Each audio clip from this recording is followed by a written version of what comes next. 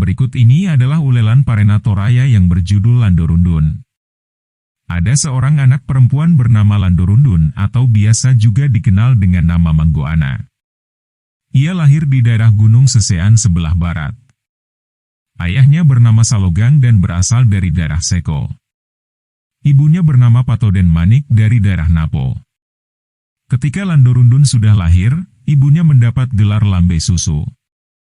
Konon ceritanya ketika Landorundun lahir, ia kelihatan aneh dan tidak seperti manusia umumnya.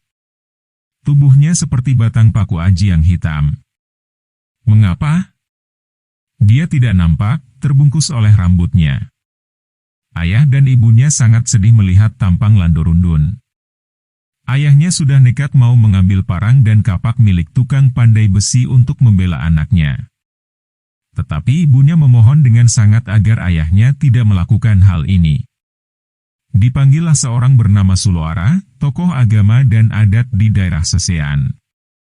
Tidak berapa lama tibalah Suloara dan ia mulai menanyakan berbagai hal kepada kedua orang tua Landorundun. Katanya, apakah ada dari aturan agama atau adat yang pernah kalian langgar pada waktu yang lalu?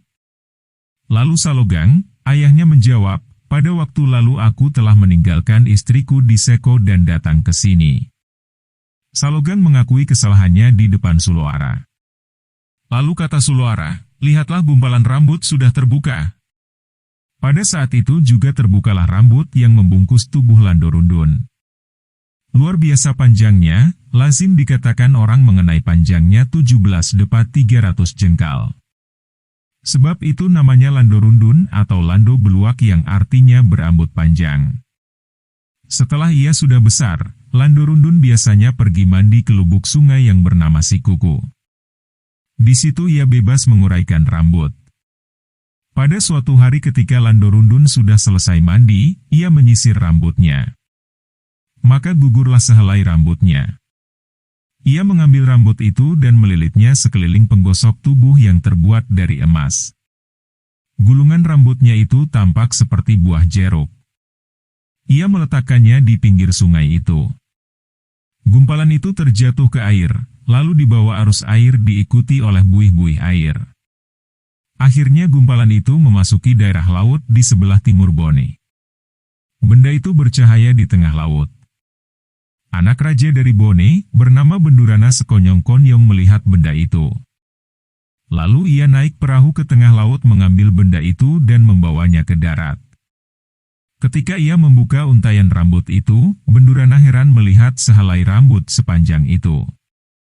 Lalu Bendurana bertanya kepada semua orang di Bone katanya, siapakah dari antara kalian yang memiliki rambut ini? Namun tidak ada seorang pun yang mengaku memiliki rambut itu atau mengetahui orang yang mempunyai rambut tersebut.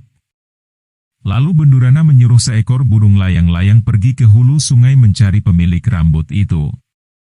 Lalu burung layang-layang itu melihat Landorundun sementara mandi di sungai, di Sikuku. Burung layang-layang itu segera kembali lalu memberitakan kepada Bendurana, katanya, aku melihatnya.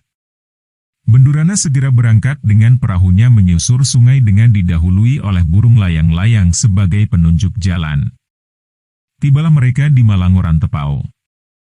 Perahu Bendurana menuju ke arah utara, tetapi burung layang-layang berkata perahu sudah salah arah. Lalu Bendurana memperbaiki arah perahunya dan mengarahkannya ke Sesean, menunggangi Tedongkarua. Akhirnya mereka tiba di Sikuku. Bendurana menemui Landorundun dan mereka bercakap-cakap. Bendurana meminta Landorundun untuk menjadi istrinya. Tetapi Landorundun tidak segera mengiyakan permintaan itu, karena ia harus memberitahukan kepada orang tuanya terlebih dahulu. Ketika orang tuanya setuju, Landorundun dan Bendurana kawin, dan tidak lama setelah itu mereka pergi ke Bone. Landorundun hamil dan melahirkan seorang anak laki-laki bernama Batara Goa.